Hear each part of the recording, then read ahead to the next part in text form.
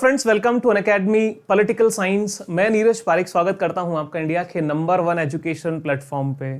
तो मेरे प्यारे साथियों, बहुत दिनों के बाद में आप लोगों से मुलाकात हो रही है और ये मुलाकात बड़ी खास होने वाली है। मुलाकात इन अर्थों में खास होने वाली है क्योंकि जो थंबनेल में आपने देख लिया होगा, टाइटल आपको पता चल गया होगा। आज जो हम बात करने वाले हैं वो बात करने वाले हैं हमारे संविधान की, हमारे कॉन्स्टिट्यूशन की। कॉन्स्टिट्यूशन वैसे तो कहने में एक शब्द आपको नजर आ रहा है, लेकिन आपको ये जानकारी होनी चाहिए कि ये हमारे जो 10 यूनिट हैं हमारे सिलेबस की, उनमें से डायरेक्टली और इनडायरेक्टली 3 यूनिट्स को कवर करता है। मतलब हमारे सिलेबस का 30%, अगर मैं सीधे अर्थों में कहूं तो 30% हिस्सा हमारा भारतीय संविधान वाला भाग पूरा करेगा, जिसमें कॉन्स्टिट्यूशन हो गया, पॉलिटी हो गया, गवर्नेंस हो गया। तो आप समझ सकते हैं इसकी इंपॉर्टेंस क्या है।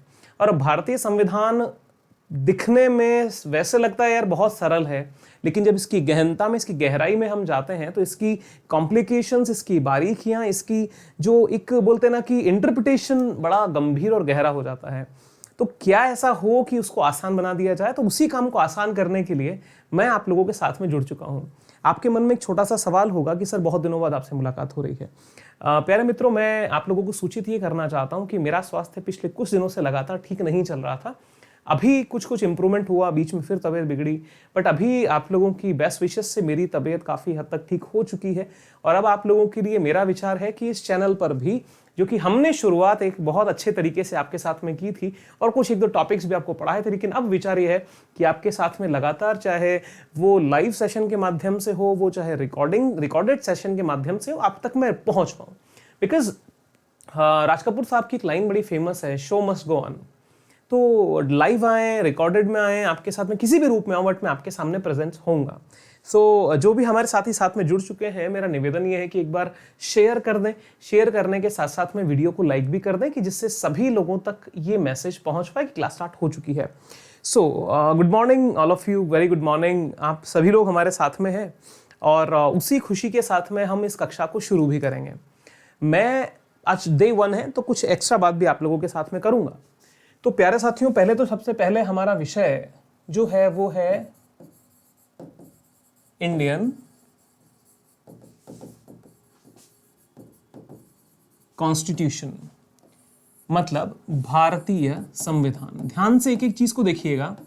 और मेरा एक जो प्रॉमिस है आप लोगों से वो ये है कि इंडियन कॉन्स्टिट्यूशन जो आप यहां पे पढ़ेंगे, आपके संविधान को समझने के नजरिए में बहुत इंप्रूवमेंट होगा। मैं ये नहीं कहता कि आपने पढ़ा वो सही पढ़ा, गलत पढ़ा, कैसा पढ़ा, बहुत अच्छा ही सब लोग पढ़ाते हैं, लेकिन यहां से आपको बहुत कुछ नया और अलग सीखने को मिलेगा। सबसे बड़ी बात, आप जो पढ़ाना सीखेंगे, बात समझ रहे हैं, पढ़ तो रहे हैं लेकिन आप पढ़ाना सीखेंगे। ये बहुत गहरी बात मैंने बोली है। जो भी विद्यार्थी इसका अर्थ समझेगा, क्योंकि यहां पे मोटो जो मेरा भी है इस सेशन से, आप यूपीएससी के एस्पिरेंट हैं, आपको लाभ होने वाला है। आप किसी भी स्टेट पीएससी यानी स्टेट पीसीएस जिसको अपन बोलते हैं, वो चाहे आरपीएससी हो, यूपी आपके यूपी पीसीएस, यूपी पीएससी हो, एमपी पीएससी हो, पंजाब पब्लिक सर्विस कमीशन हो, हरियाणा, कोई भी स्टेट का सर्विस कमीशन का एग्जाम हो या कोई अदर एग्जामिनेशन, और स्पेशली नेट एग्जाम तो हमारा मेन टारगेट है ही, बिकॉज पॉलिटिकल साइंस को बहुत ही गहराई से हम यहाँ पे आपको पढ़ा रहे हैं। तो प्यारे मेरे साथियों, इंडियन कॉन्स्टिट्यूशन हम आज आपको पढ़ाने वाले हैं और इंडियन कॉन्स्टिट्यूशन की ये एक पूरी श्रृंखला होगी। श्रृंखला उस गहनता के साथ में होगी, उस इंटेंसिटी के साथ में होगी कि आपको चीजों की क्लियरिटी मिल पाए। अब बात ये आती है कि सर जब हम पढ़ेंगे तो मैं जो यहाँ पे एक प्रिज्यूम कर रहा हूं कि कितने बच्चे किस रेशो में हमारे पास में हैं।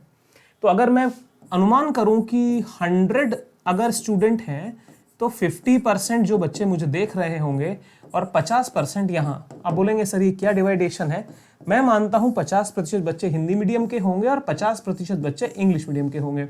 तो 50-50% का यदि मैं बाइफर्केशन मानूं तो मेरा विश्वास कीजिएगा, if you are from English medium, if you belong to English medium, और अगर आप हिंदी माध्यम से भी हैं, तो इन क्लासों में आपको कहीं पे कोई प्रॉब्लम नहीं आएगी।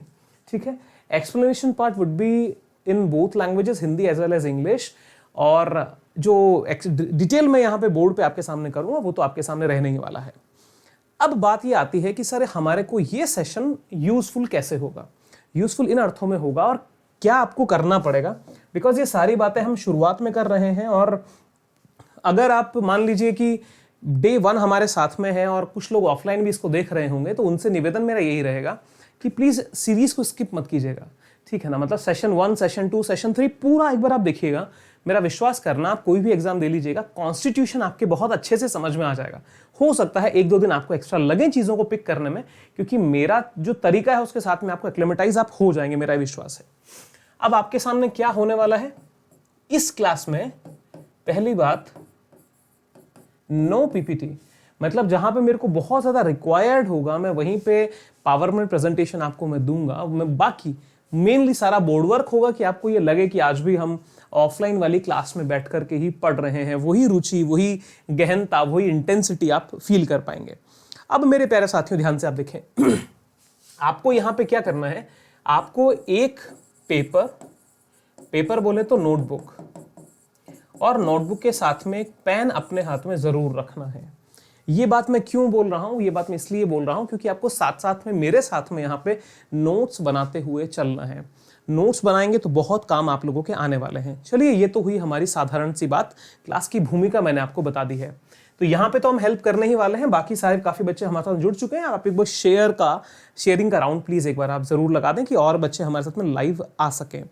अब यहाँ पे हम जो अब काम करने वाले हैं वो क्या है, आप लोगों को मैं यहाँ पे पढ़ा ही रहा हूँ इंडियन कॉन्स्टिट्यूशन। साथ साथ में हमारे जो इंफॉर्मेशन है वो ये है कि आप लोगों के लिए मेरा प्लस कोर्स भी चल रहा है। प्लस कोर्स क्या होता है ये तो आपको पता ही है।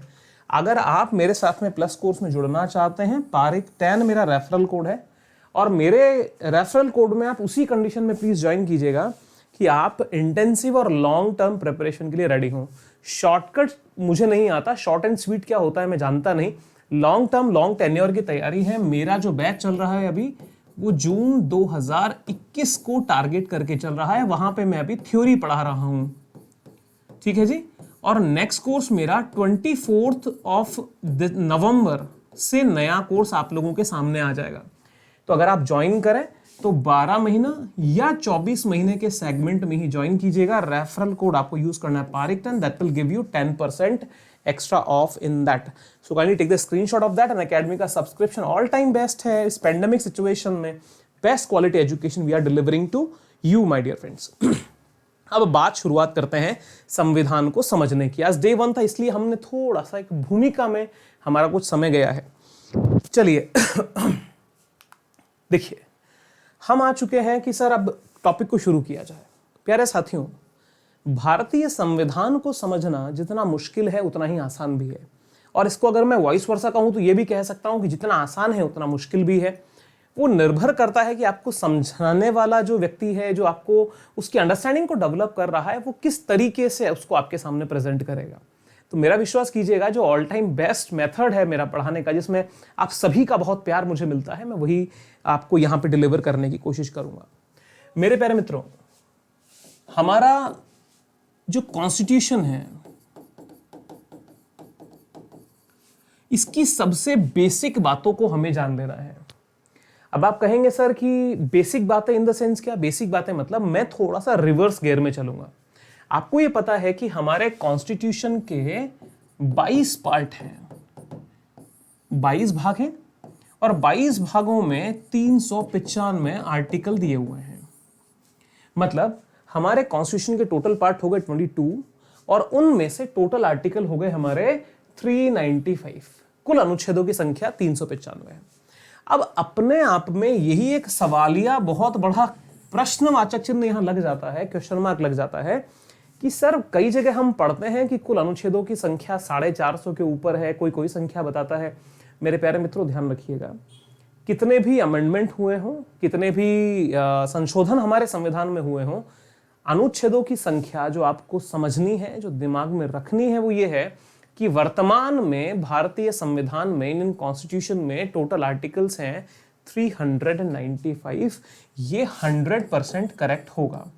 अब कुछ लोग एग्जाम्पल देंगे, सर फला एग्जाम में पीएससी ने ये माना था या वो माना था, लेकिन अगर मैं बेयर एक्ट उठाता हूं, इंडियन कॉन्स्टिट्यूशन का बेयर एक्ट में रखता हूं अपने सामने, और अगर मैं गवर्नमेंट ऑफ इंडिया की साइट से अगर मैं इंडियन कॉन्स्टिट्यूशन को डाउनलोड करता हूं तो आर्टिकल लिखा हुआ आता 395। तो मेरे लिए 395 would be the correct answer. अब भाग हैं 22। अब आप बोलेंगे सर वो रिवर्स गियर कहां चला गया? बताता हूं। मैं आपकी शुरुआत करूंगा भाग संख्या 22 से, यानी पार्ट 22 से हम एक बार शुरू करेंगे और पार्ट 22 करने के बाद में हम फिर आएंगे प्रियम्बल से और प्रियम्बल से लेके सीधा हम शुरुआत कर देंगे। उसके पहले क्या क्या आवश्यक चीजें हैं वो मैं आपको सब कुछ समझा देता हूं। चलिए फिर शुरुआत करते हैं। आप लोगों ने पेपर पेन ले लिया होगा। अब content to content, topic to topic अपनी कक्षा को हम करते हैं शुरू। प्यारे मित्रों, आप लोगों को बहुत अच्छे से पता है कि जो भारतीय संविधान बना था, ध्यान से एक एक चीज को देखिएगा। भारतीय संविधान जब बना था तो इंडियन कॉन्स्टिट्यूशन को बनाने के लिए अलग अलग कमिटीज बनी थी, अलग अलग समितियां बनी थी। उनमें बहुत सारे अलग अलग लोगों के अलग अलग रिकमेंडेशंस थे, लेकिन जो सबसे प्राइम, सबसे प्रमुख, सबसे मुख्य जो समिति थी जिसने कि पूरा का पूरा एक ढांचा, पूरा एक स्ट्रक्चर इस कॉन्स्टिट्यूशन का तैयार किया था, उसको हम बोलते हैं ड्राफ्ट कमेटी। तो जो हमारी draft committee, DC, draft committee और हिंदी में कहें तो प्रारूप समिति, ये जो प्रारूप समिति थी इसके आपको पता है अध्यक्ष कौन थे? Doctor B R. अंबेडकर।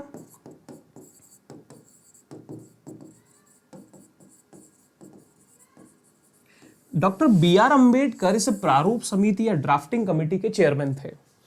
अब इन्होंने क्या किया था? ड्राफ्टिंग कमेटी का काम समझो। ड्राफ्टिंग कमेटी होती क्या थी? मान लीजिए कि हमको एक नियम बनाना है, हमें एक संस्था का गठन करना है। तो जब संस्था के गठन पे बात होगी तो कुछ लोग कहेंगे जी ये काम होना चाहिए, कोई कहेंगे संस्था को ऐसे काम करना चाहिए, लेकिन उसका स्ट्रक्चर क्या होगा, नियमावली में क्या क्या चीजें होनी चाहिए, क्या नहीं होनी चाहिए। तो हम मकान बनाने से पहले जैसे एक आर्किटेक्ट से नक्शा बनवाते हैं, मकान का एक आउटले बनवाते हैं, इंटीरियर डेकोरेटर को बोल के उसका एक इमेज मंगवाते हैं कि हमारे मकान को सजाया कैसा जाएगा, तो संविधान कैसा बनेगा, संविधान में क्या क्या होगा, शब्द हम लिख लेते हैं। यानी संविधान कैसा बनेगा, संविधान में क्या होगा, ये दोनों चीजें जो शामिल की गई, उसको एक नक्शा बनाया गया, इसका एक पूरा लेआउट दिया गया कि जी इस ढांचे पे या इस स्ट्रक्चर पे संविधान की मीनार को खड़ा करना है। वो काम प्रारूप समिति का था। ये समितियां बाद में सब हम डिस्कस करेंगे, लेकिन अभी मौलिक बात को समझिए, बेसिक में बात आपको समझा रहा हूं। तो प्रारूप समिति के चेयरपर्सन डॉक्टर बी.आर. अंबेडकर थे और वहां पे जब ये चर्चाएं, परिचर्चाएं होती रहीं, ठीक है। अब देखिए यहां पे था क्या कि जब ये चर्चा परिचर्चा हुई तो ये ड्राफ्टिंग कमेटी में कितने मेंबर थे? 7 सदस्य ये हुआ करती थी, 7 मेंबर थे, जिसके चेयरपर्सन डॉक्टर बी.आर. अंबेडकर थे। प्यारे साथियों, बहुत चर्चा होती रही और उसके बाद में जब इन्होंने प्रारूप समिति ने अपने एक ठप्पा लगा दिया, जी हमने ये नक्शा पारित कर दिया, फिर वो नक्शा समझ रहे हैं ना, संविधान का प्रारूप रखा गया संविधान सभा के सामने, कॉन्स्टिट्यूएंट असेंबली के सामने वो आया कि जी हमने कुछ कुछ प्रारूप तो बना दिया है, अब आप विचार कीजिए कि इसमें क्या करना है। अब जब विचार करने वाली बात आई तो लोगों ने सोचा कि फिर बहस शुरू होती है। उसे कहा गया रीडिंग्स, यानी प्रारूप समिति के पास करने के बाद में वो जब संविधान सभा के सामने यानी कॉन्स्टिट्यूएंट असेंबली के सामने आया तो उसकी क्या हुई? रीडिंग हुई। रीडिंग्स या हिंदी में कहें तो वाचन उसके किए गए थे। एक एक बात को बिल्कुल सरल शब्दों में समझना, मतलब दिमाग पे प्रेशर बिल्कुल ना आए। एक एक बात आपको और बहुत सरल भाषा में प्रयोग कर रहा हूं, आपको सब समझ में आ जाएगा। प्रारूप समिति से निकल के जब संविधान सभा के सामने आया तो प्यारे मित्रों वहां पे उसकी रीडिंग शुरू हुई, वहां पे उसके वाचन शुरू हुए। टोटल रीडिंग्स कितनी हुई थी आपको पता है? 3 वाचन हुए थे, फर्स्ट, सेकेंड एंड थर्ड। तीसरे वाचन में उसको एक्सेप्ट कर लिया गया था, संविधान को अंगीकृत, अधिनियमित और आत्मार्पित कर लिया गया था। 26 नवंबर 1949 वो तारीख हुआ करती थी। तो 3 वाचन हुए प्रारूप समिति के। ये प्रक्रिया आप लोगों को पता है। अब थोड़ा सा हम आगे देखते हैं। तो सर था क्या? आपकी ड्राफ्टिंग कमेटी हुई। ड्राफ्टिंग कमेटी में टोटल मेंबर 7 और इसके चेयरपर्सन कौन थे? डॉक्टर अंबेडकर। जी सर, यहां तक तो बहुत अच्छे से क्लियर है, यहां तक कोई डाउट नहीं है। प्यारे साथियों, मैं जो अभी आपको जिस भी तरीके से समझा रहा हूं, इस तरीके पे ये विश्वास रखिएगा कि मैं प्रीवियस ईयर के क्वेश्चंस की स्टडी करके ही आप लोगों के बीच में आता हूं। यानी कोई भी जो संस्था जिससे आप जुड़ करके एग्जाम देते हैं, वो चाहे आपका एनटीए हो, आपकी यूजीसी हो या कोई भी पीसीएस एग्जामिनेशन हो, वो किस प्रकार के सवाल पूछता है उसको अपने माइंड में रख करके भविष्य में क्या पूछे जा सकते हैं और क्या ट्रेंड रहा है, वो ट्रेंड एनालिसिस के बेस पे मैं क्लासेस आपकी कंडक्ट करता हूं। So take it seriously if you wish to get achieve success in your life. So जब ड्राफ्टिंग कमेटी से ये आया तो अब एक सवाल आता है, सर ड्राफ्टिंग कमेटी जो आप बता रहे हैं, ये ड्राफ्टिंग कमेटी को कब कॉन्स्टिट्यूट किया गया था, इसको कब गठित किया गया था? ठीक है, तो 29, ध्यान से सुनिएगा, 29 अगस्त, 15 अगस्त को देश आजाद हुआ, तो 15 अगस्त को आजाद होने के बाद में 29 अगस्त 1947 को प्यारे मित्रों संविधान सभा ने ड्राफ्टिंग कमेटी का क्या किया था, गठन किया था। इस गठित समिति में 7 सदस्य थे जिसकी अध्यक्षता डॉक्टर BR अम्बेडकर ने की थी। बात मैं उम्मीद करता हूं समझ में एकदम क्लियर तरीके से आपके बीच में आ गया होगा। इसके बाद में प्यारे मित्रों जब ये ड्राफ्टिंग कमेटी ने विचार कर लिया, तो ड्राफ्टिंग कमेटी ने विचार करने के बाद में अब संविधान सभा को भेजना ही था कि जी संविधान सभा को अब आगे भेजो, वो उसके ऊपर विचार करेंगे। तो कुछ समय बाद यानी 21 फरवरी 21 फरवरी 1948 को प्रारूप समिति ने अपने उस संविधान के प्रारूप को संविधान सभा के पास में भेज दिया था। बात समझ में आ रही है? पूछ लिया जाएगा, सीधा सवाल पूछा जाएगा कि प्रारूप समिति ने, पहली बात तो प्रारूप समिति का गठन कब हुआ? 29 अगस्त 1947 को ड्राफ्टिंग कमेटी का गठन होता है और गठित होने के बाद में इसने एक ढांचा तैयार किया, चर्चा परिचर्चा करी, उसके बाद में जाके कहीं उन्होंने संविधान सभा को, इस प्रारूप समिति ने 21 फरवरी 1948 को जो है वो संविधान सभा को ला करके दे दिया कि साहब आप संभालिए, हमने ये ढांचा तैयार इस संविधान का कर दिया है। अब बात क्या आती है कि जब इन्होंने संविधान को संविधान सभा को सौंपा, उस स्ट्रक्चर को जब संविधान सभा को सौंप दिया, तो प्यारे मित्रों हमारे संविधान का ढांचा कुछ और था। ढांचा और कैसा था? आज आप देखिए कि जो यहां पे संविधान सभा को जो संविधान दिया गया था, आज के समय में क्या है, हम बात करते हैं संविधान की अनुसूचियों की, संविधान के अनुच्छेदों की। तो अनुसूचियां जो शेड्यूल होती है, जिसको हम अनुसूची बोलते हैं, अनुसूचियों की संख्या इस समय हुआ करती थी 8 अनुसूचियों के साथ में संविधान सभा को प्रारूप समिति ने संविधान सौंपा था, ढांचा सौंपा था। इन 8 अनुसूचियों के साथ में यदि मैं आर्टिकल यानी अनुच्छेद की बात करूंगा तो अनुच्छेद कुल दिए गए थे 315। प्यारे मित्रों ध्यान से देख लीजिएगा, ये कंफ्यूज नहीं होना, ये अनुच्छेद कितने दिए गए? 315। इसके ऊपर डबल स्टार लगा लेना, इंपॉर्टेंट है। क्रमबद्ध तरीके से समझिए, बहुत सरल भाषा में समझिए। और यहां पे हो क्या रहा था, जब ड्राफ्टिंग कमेटी ने, अब मान लीजिए कि आपको मकाना बना रहे हो, मकान बनाया आपने, तो आपने कहा कि साहब आर्किटेक्ट साहब हमें एक नक्शा बना के दो।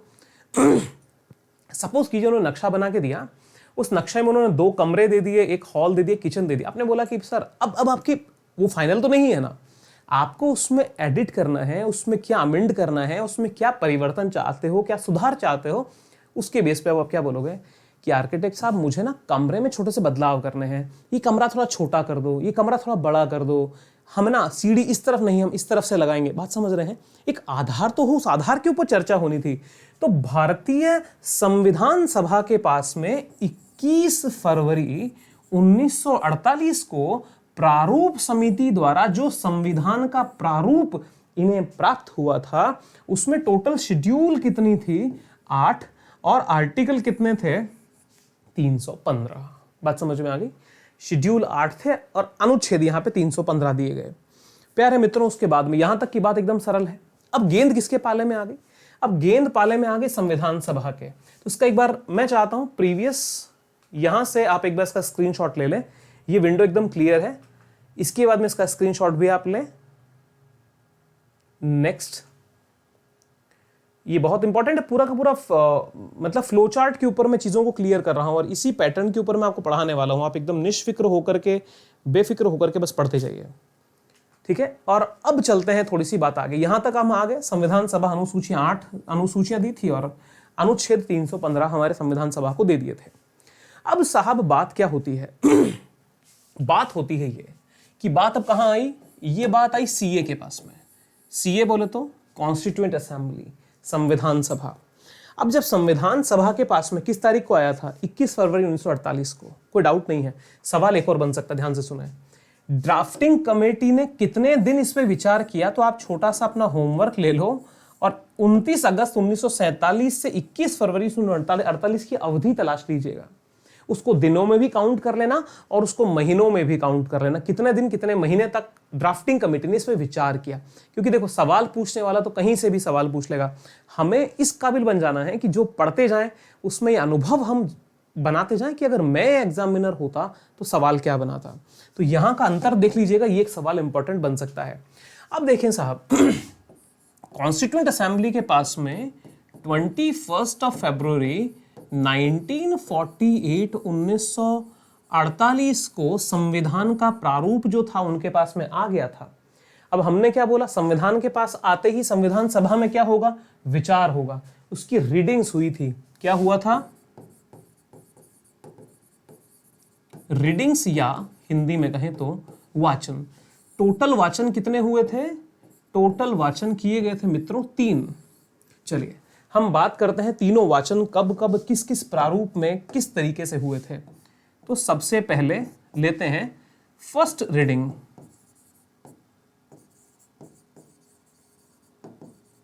रीडिंग या प्रथम वाचन।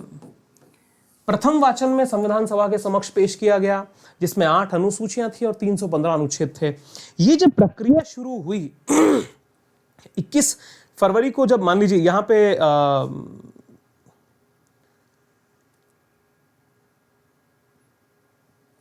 जी एक सेकंड, कुछ टेक्निकल एरर आ रहा है, क्या चक्कर है? 1 मिनट होल्ड कीजिएगा सभी लोग, जस्ट अ मिनट।